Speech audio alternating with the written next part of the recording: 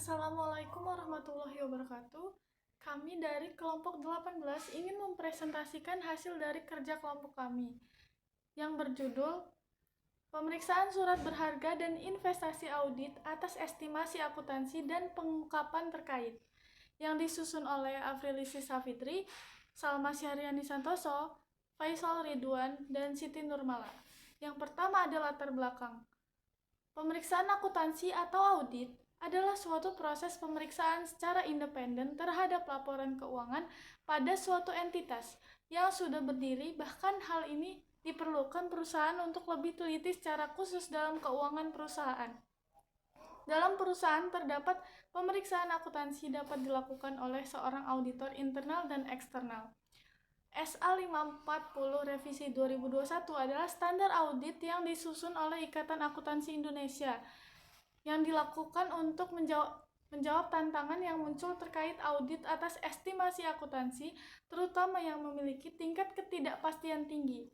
Standar Audit 540 Revisi 2021 ini merupakan respon terhadap perkembangan lingkungan bisnis, perubahan standar akuntansi internasional, dan meningkatnya ekspektasi pemangku kepentingan terhadap audit yang berkualitas tinggi. Selanjutnya ada pengertian surat berharga. Surat berharga komersial atau commercial paper adalah sekuritas dalam pasar uang yang diterbitkan oleh bank berkapitalisasi besar serta perusahaan. Biasanya instrumen ini tidak digunakan sebagai investasi jangka panjang, melainkan hanya sebagai pembelian inventaris atau untuk pengelolaan modal kerja. Surat berharga juga merupakan dokumen yang diterbitkan oleh pihak tertentu untuk memenuhi kewajiban pembayaran uang.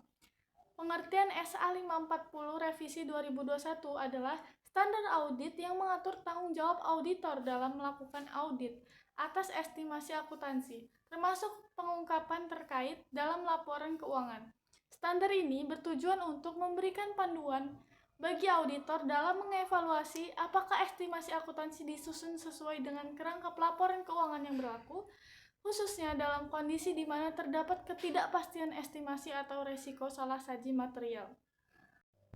Surat sanggup. Surat sanggup juga dikenal sebagai promise atau promissory notice adalah dokumen berharga yang menunjukkan kesediaan dari penerbit untuk membayar sejumlah uang.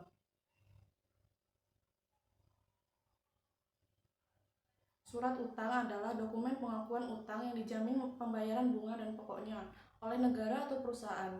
Bilet giro adalah dokumen yang memungkinkan nasabah untuk meminta bank mengirimkan uang dari rekening mereka ke rekening yang tercantum dalam surat berharga. Wesel bayar. Wesel adalah surat berharga yang di dalamnya mencakup kata wesel tanggal dan ditandatangani oleh penerbit. Unsur-unsur surat terdiri dari surat bukti tuntutan utang, pembawa hak, mudah dijual belikan. Penerbit surat berharga. Terdapat dua cara penerbitan surat berharga, yaitu yang pertama, penerbitan secara langsung kepada investor jangka panjang seperti lembaga keuangan. Yang kedua, penerbitan secara tidak langsung, yaitu dijual kepada pialang, dan pialang tersebutlah yang memperdagangkannya di pasar uang. Pengertian investasi. Investasi adalah bentuk penanaman aset atau dana perusahaan atau individu untuk jangka waktu tertentu untuk mencapai pengembalian yang lebih tinggi di masa depan. Jenis instrumen investasi. Yang pertama investasi, yang kedua saham, yang ketiga emas dan logam mulia, yang keempat obligasi, yang kelima deposito tetap, yang keenam properti, yang ketujuh asuransi. Manfaat investasi. Manfaat investasi yang pertama melawan inflasi, yang kedua menambah sumber pemasukan, yang ketiga mencapai tujuan finansial yang lebih cepat, yang keempat meningkatkan kekayaan atau aset, yang kelima memenuhi kebutuhan di masa depan, yang keenam gaya hidup sederhana atau hemat, yang ketujuh terhindar dari hutang. Tujuan standar akuntansi 540 Revisi 2021.